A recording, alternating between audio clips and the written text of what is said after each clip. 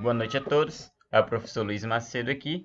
Hoje iremos dar continuidade ao conteúdo do nosso livro didático. Na verdade, iremos dar continuidade às nossas aulas, porém, iremos iniciar com os conteúdos do livro didático, onde o primeiro conteúdo a ser abordado vai ser os conjuntos. E hoje essa aula tem como objetivo dar início na página 8 e seguir até a página 16. A aula está sendo registrada no dia 25 de 5 de 2021 e vocês podem estar acompanhando com o livro didático, como eu havia dito anteriormente. Então vamos lá. Estudando conjuntos. Ao obter coleções de objetos classificados a partir de certa característica, estamos formando conjuntos.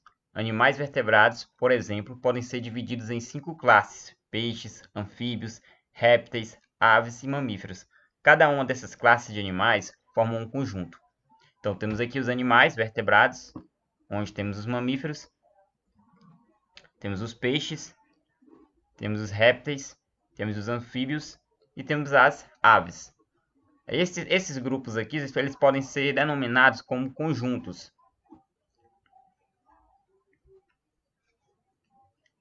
Na matemática, a ideia de conjunto é fundamental e está presente em diversos conceitos. Podemos formar conjuntos a partir de objetos de diferentes naturezas, tais como pessoas e números. Cada objeto de um conjunto é denominado elemento do conjunto. De maneira geral, os conjuntos são nomeados por letras maiúsculas.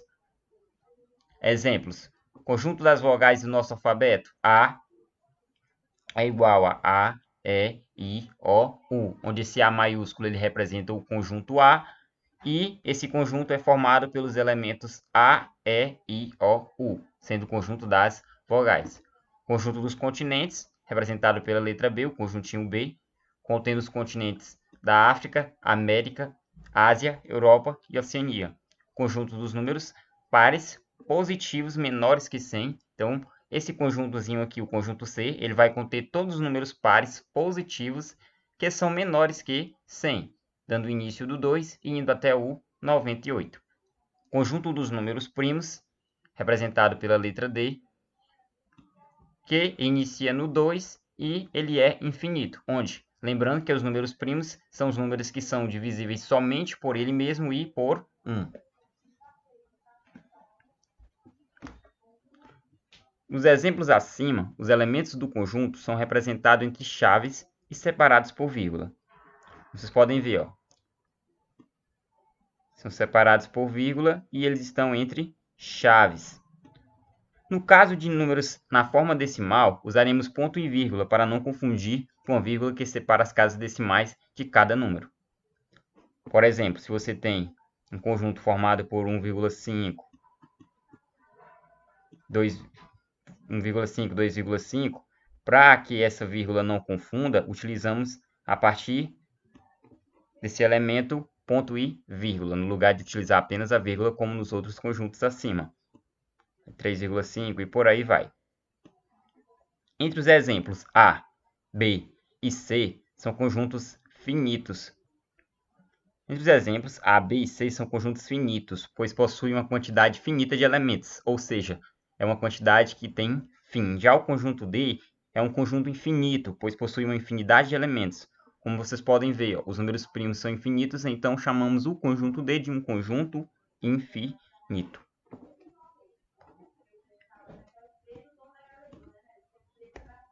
Os elementos de um conjunto também podem ser apresentados pela condição que os definem, denominado lei de formação do conjunto.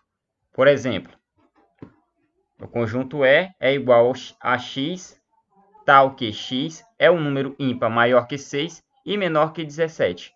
Então, toda vez que vocês verem essa notaçãozinha, iremos ler dessa forma, ó, x, tal que x é um número ímpar maior que 6 e menor que 17.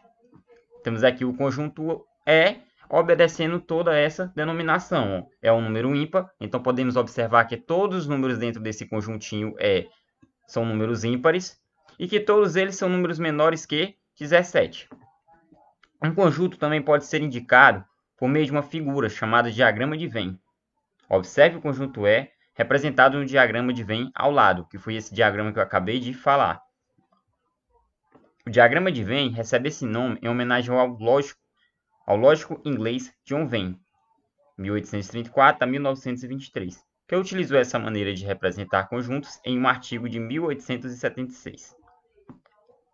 Quando um objeto é elemento de um conjunto, dizemos que ele pertence ao conjunto. De maneira semelhante, quando ele não é elemento do conjunto, dizemos que não pertence ao conjunto. Em relação ao conjunto E, por exemplo, temos que 7 ele pertence ao conjunto E. Por quê? Porque 7 está dentro do conjunto E.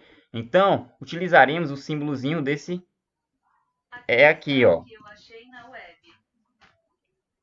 Vamos utilizar o símbolozinho E dessa forma, onde esse símbolo podemos ler ele como sendo pertence. Parece um Ezinho aqui. Ó, o número 8 ele não pertence ao conjunto E. Por quê? Porque o conjunto E ele é formado por números ímpares menores que 17. E o número 8 ele nem número ímpar é. Então, ele não faz parte desse conjunto. Sendo assim, dizemos que o 8 não pertence ao conjunto E. E lemos dessa forma, essa notaçãozinha aqui, ó, é a mesma notação anterior, porém agora com um traço, na qual passa a ser chamado de não pertence. Sendo assim, o elemento 8, ou o número 8, não pertence ao conjunto E. Em relação ao conjunto E, temos também que o 9 ele pertence ao E, como vocês podem observar, é ímpar e menor que 17. O 11 também pertence ao E, porque é ímpar e menor que 17. 13 pertence a E pelo mesmo motivo e 15 também pertence a E pelo mesmo motivo. Podemos indicar o número de elementos do conjunto E por n de E. Nesse caso, n de E é igual a 5, ou seja, o número de elementos que pertence ao conjunto E é igual a 5 elementos, onde esses elementos são o número 9, o número 7, o número 11, o número 13 e o número 15. Então, podemos representar dessa forma para indicar o número de elementos. N de E é igual a 5, ou seja, o número de elementos pertencentes ao conjunto E é igual a 5. Igualdade de conjuntos. Dois conjuntos A e B são iguais quando eles têm os mesmos elementos. Indicamos essa igualdade por A é igual a B. Como já sabemos, nós definimos um conjunto por uma letra maiúscula. Temos aqui um conjunto A. Quando esse conjunto ele contém os mesmos elementos de outro conjunto, dizemos que esses conjuntos são iguais. Por exemplo, o conjunto A é composto pelos mesmos elementos que o conjunto B é composto. Sendo assim, podemos dizer que o conjunto A é igual ao conjunto B. Essa é a igualdade de conjuntos. Por exemplo, os conjuntos A igual a x, tal que x é um número inteiro maior que menos 2 e menor ou igual a 4. Então, x tal que x é um número inteiro maior que menos 2 e menor ou igual a 4. E B é igual a menos 1, 0, 1, 2, 3, 4. Tem os mesmos elementos. Assim, os conjuntos A e B são iguais, ou seja, A é igual a B. Por exemplo, vamos acompanhar o conjunto A. O conjunto A ele é formado por todos os números. Aliás, o conjunto A é formado. X tal que x é o número inteiro maior que menos 2. Então, o número inteiro que seja maior que menos 2, menos 1, não é isso? E menor que 4. Então, menos 1 ele é maior que menos 2 e menor que 4. Aí vem o 0, que é maior que menos 2 e menor que menos 4. Vem o 1, maior que menos 2. O 2, maior que menos 2. O 3, maior que menos 2. E o número 4. Por que, professor, o número 4 foi adicionado? Porque ele é um número inteiro maior que menos 2. Todos esses são maior que menos 2.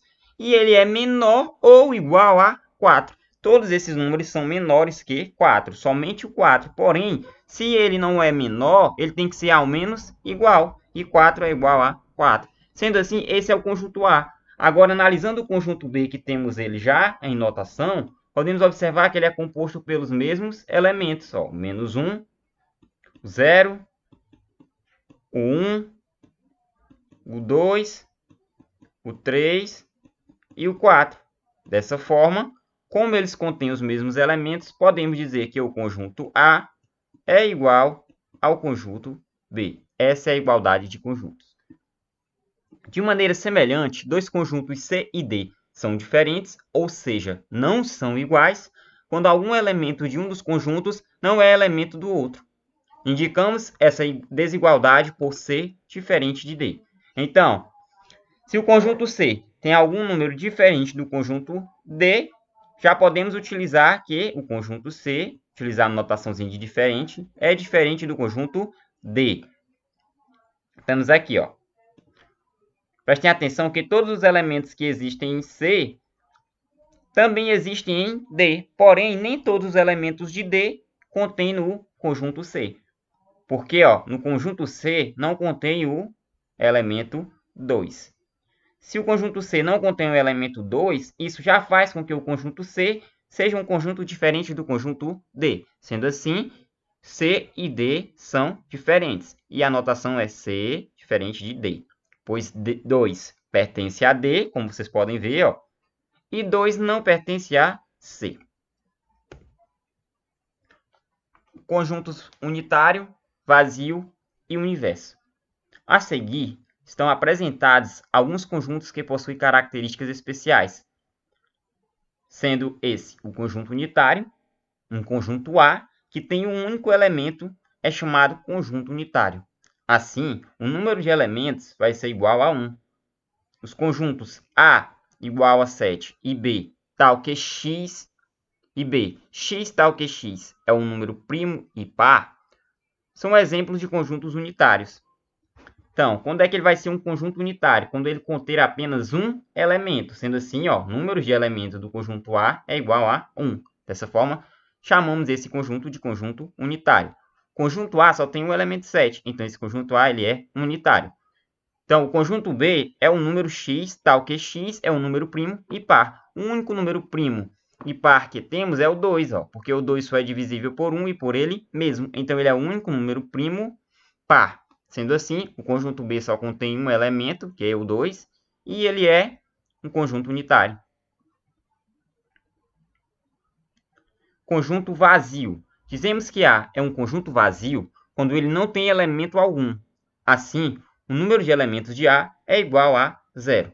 Ou seja, se você tem um conjunto A igual a, que é uma chave, tá? Chave, chave, esse conjunto é vazio, porque ele não contém nenhum elemento. Sendo assim, os números de elementos de A vai ser igual a vazio. E como é que a gente indica um conjunto vazio? Podemos indicar o conjunto vazio com essas notações aqui, ó. Faz uma bolinha e corta. Ou podemos utilizar apenas as chavezinhas, como foi que eu fiz o conjunto A aqui.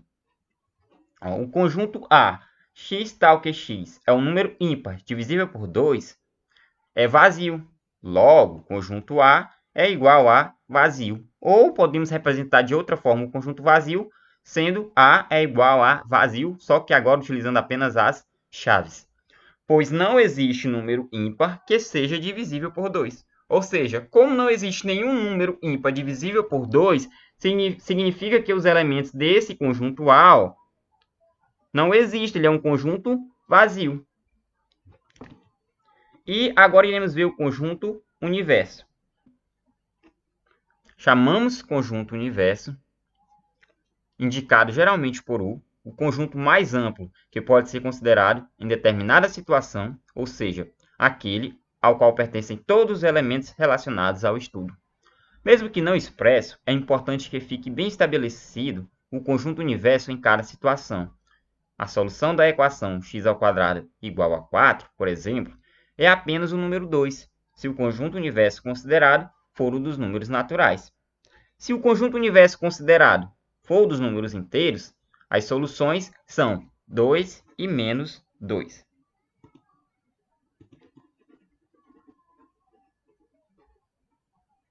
Então, os números naturais são... Vou colocar os números naturais sem adicionar o zero. Seria 1, 2, seria os positivos, certo? Então, Como só importa os números positivos, nesse caso, no conjunto universo, considerando apenas os números naturais, a solução dessa equaçãozinha aqui, ó, seria apenas 2. Por quê? Porque 2 é positivo, então ele faz parte dos naturais. Porém, se eu considerar no universo dos números inteiros, que é no qual tem todos os números positivos e negativos, além do 2, o menos 2 também seria a solução dessa equação. Então, o conjunto universo ele é isso. Ele abrange todos os elementos relacionados ao estudo. Subconjuntos. Observe em um diagrama de Venn a representação dos conjuntos. A igual a menos 2, 0, 1 e 2. E B igual a menos 3, menos 2, menos 1, 0, 1, 2 e 3. Note que todos os elementos do conjunto A também são elementos do conjunto B. Ó, podem prestar atenção, todos os elementos que tem no conjunto A também tem no conjunto B. Todos os elementos de A estão no conjunto B. Nesse caso, dizemos que A ele é um subconjunto de B. Ou A é parte de B. Ou que A está contido em B.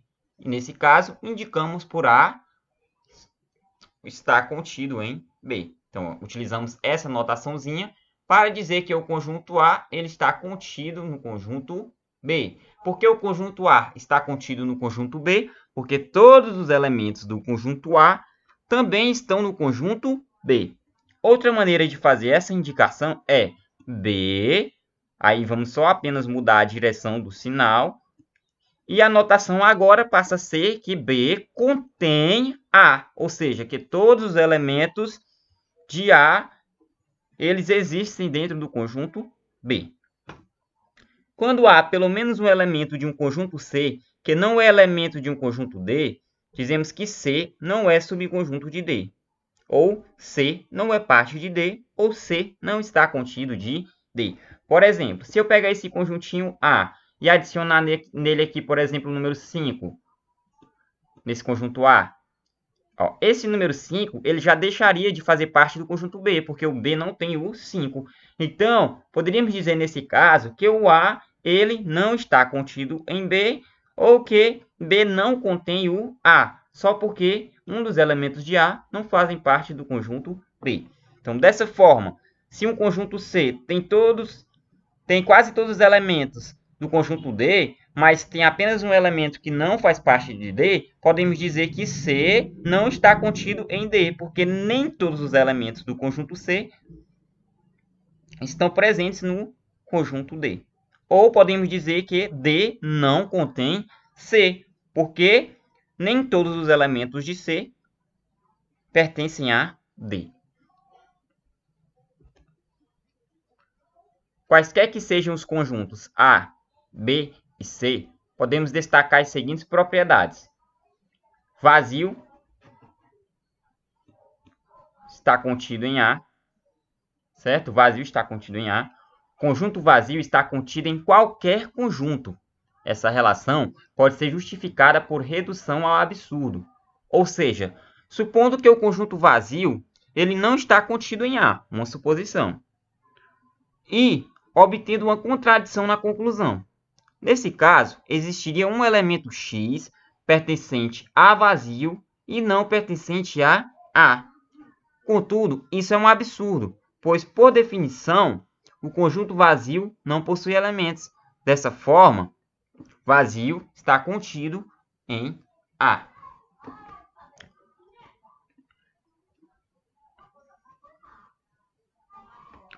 Então, nesse caso, digamos que temos o conjunto A, composto por 3 elementos. Vou botar só 2 elementos, 2 e 3. Aí, desses elementos aqui, ó, e temos o conjunto vazio, que já conhecemos eles, como podemos ser essa notação. Se eu tirasse todos os elementos de A, por exemplo, se eu tirasse o elemento 2 e 3 de A, o conjunto A ele ia ficar sem elementos, não é isso? E esse conjunto A sem elementos, ele implica que é vazio. Sendo assim, ó, o vazio ele está contido no A, porque se eu remover todos os conjuntos aliás, todos os elementos do conjunto A, ainda vai permanecer o vazio. Vamos lá, a propriedade reflexiva. A está contido em A, todo conjunto está contido em si mesmo. Por quê? Porque quando um conjunto está contido dentro do outro, significa que um conjunto A, por exemplo, contém todos os elementos que existem no conjunto B. Então, dessa forma, eu posso dizer que todo conjunto está contido em si mesmo. Por quê? Porque eles possuem os mesmos elementos, né? Pela questão de lógica. Temos a propriedade antissimétrica. Se A está contido em B e B está contido em A, então podemos dizer que A é igual a B. Por quê? Porque se o A está contido em B, significa que todos os elementos de A estão presentes em B. Continuando, e se o B está contido em A, significa que todos os elementos de B também existem no conjunto A. Então, se todos os elementos de A estão presentes em B e todos os elementos de B estão presentes em A, podemos dizer que esses conjuntos são iguais. Essa é a propriedade antissimétrica. A propriedade antissimétrica é muito utilizada quando se quer demonstrar que dois conjuntos A e B são iguais. Para isso, demonstra-se inicialmente que A está contido em B e em seguida que B está contido em A. Propriedade transitiva. Se A está contido em B e B está contido em C, então A está contido em C. Então, porque se todos os elementos de A pertencem a B e se todos os elementos de B pertencem a C, logo podemos dizer que todos os elementos de A também pertencem a C. Digamos que A seja igual a 1. Certo? Vamos dizer que A é igual a 1. O B é igual a 2. 1 e 2, vou botar aqui. A ordem não vai importar. E o C, ele é igual a 1, 2, 3. O A ele está contido em B, porque o A só contém o elemento 1, e esse elemento 1 está contido em B. E o B está contido em C, porque o B é composto por 2 e 1, e o C tem tanto 2 como tem o 1. Logo, podemos dizer que o A também está contido em C, porque o único elemento presente em A também está presente em C. Dessa forma, demonstramos a propriedade transitiva. A propriedade transitiva também é conhecida por ser um tipo de silogismo e é constantemente empregada em deduções lógicas. O desenvolvimento do silogismo é atribuído a Aristóteles, um dos grandes pensadores da Grécia Antiga. Atualmente, o silogismo é estudado em diversas áreas do conhecimento, como na filosofia e no direito. Nessas deduções, em geral, são propostas duas premissas e, por meio do silogismo, obtém-se uma conclusão. Temos aqui a premissa 1. Os gatos são felinos. Os gatos são felinos. Premissa 2. Todo felino é um mamífero. Então, se os gatos são felinos e todo felino é um mamífero, podemos dizer que os gatos são mamíferos. Isso é silogismo. Aí tem aqui o conjuntozinho aqui, o diagrama de Venn representando. Conjunto dos mamíferos. Aí, todo felino é mamífero, então todo felino vai estar no conjunto dos mamíferos. E os gatos são felinos. Então, os gatos eles pertencem ao conjunto dos felinos. Se os felinos são mamíferos, eles pertencem ao conjunto dos mamíferos. Vocês olhem com calma que vocês vão entender. Operações com conjuntos. União de conjuntos.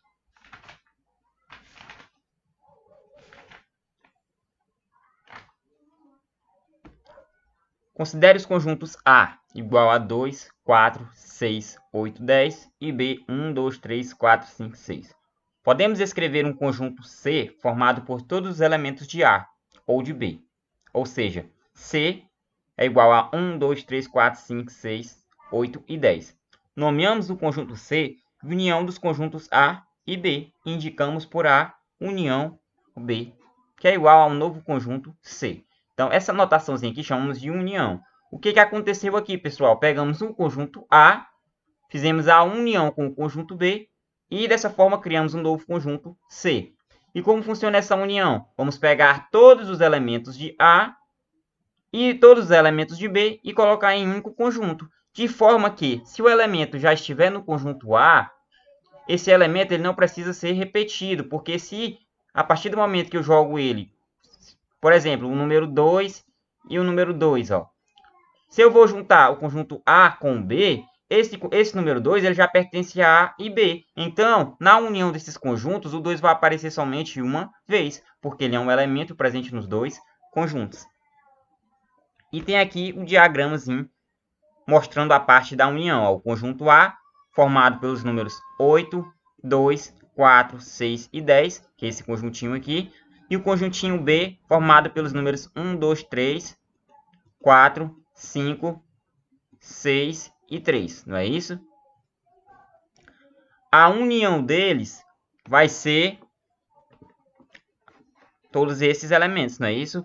E prestem atenção que nesse espaçozinho que ficou aqui destacado, ó, são os elementos que estão presentes nos dois conjuntos, que no caso é o 2 que está presente tanto no A quanto no B, o 6 que está presente tanto no A quanto no B e o 4 que está presente tanto no A quanto no B.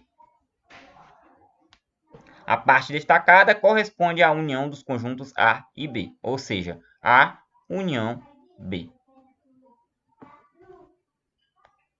Dados os conjuntos A e B, chamamos de união de A e B. Temos aqui a notação, o conjunto C, tal que X pertence a C, se, somente se, X pertence a A ou X pertence a B. Ou seja, os elementos do conjunto C só vão fazer parte desse conjunto C se ele pertencer ou ao conjunto A, ou ao conjunto B, ou aos dois conjuntos ao mesmo tempo.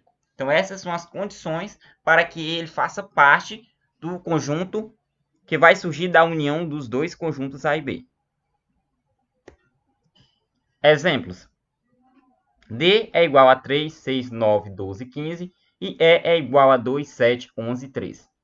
Temos aqui o conjunto, ó. Aí vamos pegar aqui a união do conjunto D com o conjunto E.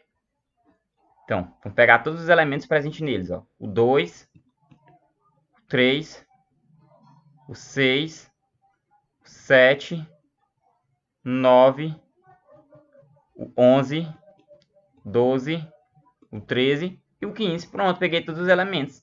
A união desses elementos vai formar um novo conjunto, que é o conjunto composto por todos os elementos.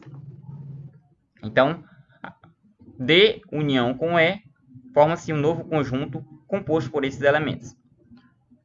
Conjunto F e o conjunto G,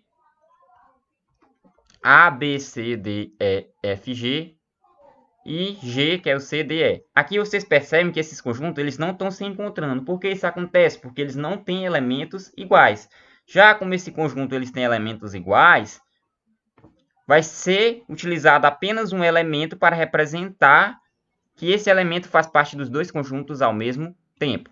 Por exemplo, vamos pegar aqui o conjunto F, que é o maior. Aqui é o conjunto universo, que é o que abrange todos os elementos abordados anteriormente.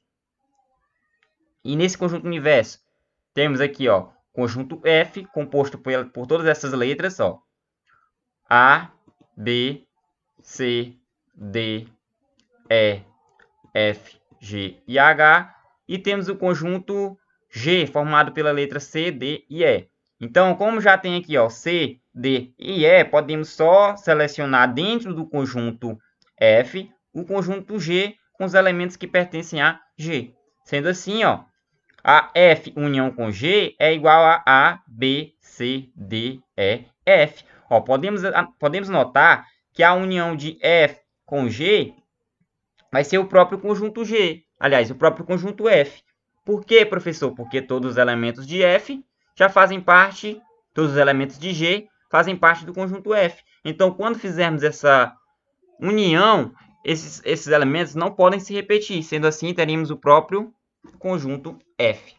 E podemos perceber, ó, que o conjunto G ele está contido no conjunto F. Podemos ler dessa forma ou podemos ler que o conjunto F contém o conjunto G. Na união de conjuntos, podemos destacar algumas propriedades para quaisquer que sejam os conjuntos A, B e C. Então, quais são essas propriedades? Elemento neutro, Então, A união com vazio vai ser o próprio A. Por quê? Porque está dentro de cada conjunto, sabemos que o conjunto vazio ele já está dentro. E como o conjunto vazio ele é o conjunto que não tem nenhum número, significa que se eu pegar um conjunto A e fizer a união com o vazio, teremos o próprio conjunto A, chamado também essa união com conjunto neutro, com elemento neutro, chamamos ela de um... vai ser neutro no caso, né? Se pegarmos um conjunto e somarmos com o elemento neutro, teremos apenas o próprio conjunto, por isso que é chamado de elemento neutro. A propriedade idempotente, A união com A é igual ao próprio A, ou seja, se eu pegar um conjunto A e fizer a união com ele mesmo, como esses elementos não podem se repetir, teremos o próprio conjunto A. Propriedade comutativa. Se eu fizer a união de A e B, essa união de A com B vai ser a mesma coisa da união de B com A. Por quê? Porque estamos falando dos mesmos elementos. E a propriedade associativa. Se eu fizer a união de A e B, A união com B, e depois que eu fizer essa união, eu fizer a união desses elementos todinho com C, vai ser a mesma coisa de eu fazer a união primeiro de B com C, para só depois eu pegar do resultado da união de B com C, fazer a união com A, será a mesma coisa. Ou seja, a ordem não vai importar. Tanto faz eu fazer a união de A com B, para só depois desse resultado fazer a união com C, ou de eu isolar o conjunto A e fazer primeiro a união do conjunto B e C, e por fim fazer a união de AU com a união de BC. A ordem não vai importar. Esse resultado vai ser igual a esse resultado. Essa propriedade é chamada de propriedade associativa. Depois a gente vai ver alguns exemplos para melhorar a explanação. Interseção de conjuntos.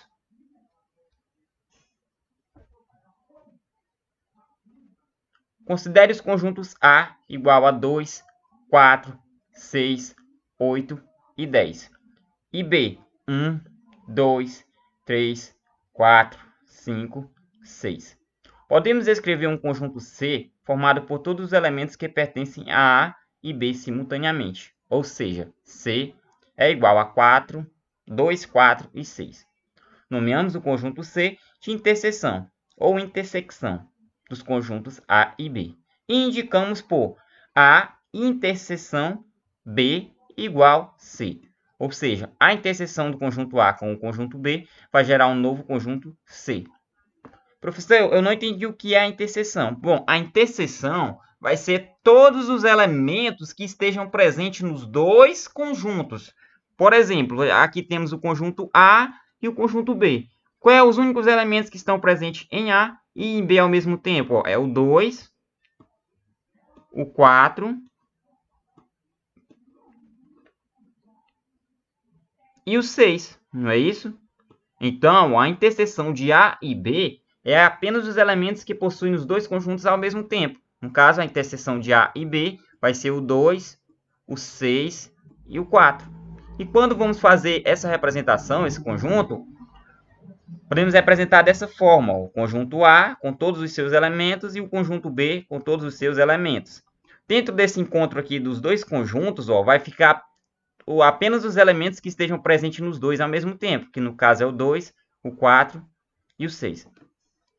E aqui a parte destacada corresponde à interseção dos conjuntos A e B, ou seja, A interseção B. Aqui a nossa forma de fazer a leitura. A interseção B é igual a C. Dados os conjuntos A e B, chamamos de interseção de A e B o conjunto C, tal que x pertence a C, se somente se x pertence a A e x pertence a B. Ou seja, para que o elemento pertença ao novo conjunto C, esse elemento ele tem que estar presente tanto no conjunto A como no conjunto B. Se ele não estiver presente nos dois conjuntos, então esse elemento não pode fazer parte do novo conjunto C. Exemplos. D, A, B, C, D e E. E o conjunto E, F, G, H, I. Temos aqui o conjunto universo. Daí D, interseção E, é igual a vazio. Professor, por que a interseção do conjunto D e o conjunto E é vazio? Como eu disse anteriormente, quando esses dois conjuntos eles não se encontram no diagrama, é porque eles não têm elementos em comum. Então, se eles não têm elementos em comum, podemos dizer que a interseção deles, ou seja, lembrando que interseção é o que está presente nos dois, a única coisa que está presente nos dois ao mesmo tempo é o vazio, porque se eu remover todos os conjuntos todos os elementos do conjunto D e todos os elementos do conjunto E, vai sobrar apenas o vazio tanto no D quanto no E. E como eu já disse anteriormente, o conjunto vazio está presente em todos os conjuntos. Sendo assim, a interseção do conjunto D e E é o vazio, porque é a única coisa em comum que existe entre os dois. Conjunto F. 1, 2, 3, 4, 5, 6 e conjunto G. 1, 3. Temos aqui o conjunto universo. E temos aqui o conjunto F, que ele é composto por todos esses números. 1, 2, 3, 4, 5, 6. Ó, o conjunto G ele é formado apenas pelos elementos 1 e 3. Esses elementos 1 e 3 eles estão presentes no conjunto F. Logo, o conjunto G ele está contido dentro do conjunto F. E está aqui os elementos de G. Então, esses 3 e 1 ele está presente aqui tanto no conjunto G quanto no conjunto F. E a interseção, como sabemos que a interseção são os números que estão presentes nos dois conjuntos, os únicos números presentes nos dois conjuntos aqui é o 3 e o 1. Sendo assim, F interseção G é o 1 e o 3. Por quê? Porque são os únicos elementos presentes tanto no conjunto F como no conjunto G. Na interseção de conjuntos, podemos destacar algumas propriedades para quaisquer que sejam os conjuntos A, B e C. Elemento neutro, ou seja, A interseção com o universo é igual ao próprio A.